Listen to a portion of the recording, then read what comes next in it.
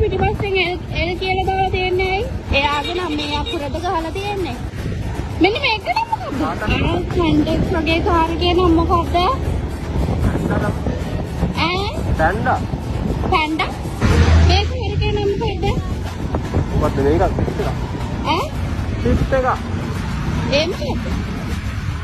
Sheep එකක්ද? නැවේ? මෙන්න මේක නම් මොකක්ද? ටාටා නේද? ටාටා නේද? ටාටා.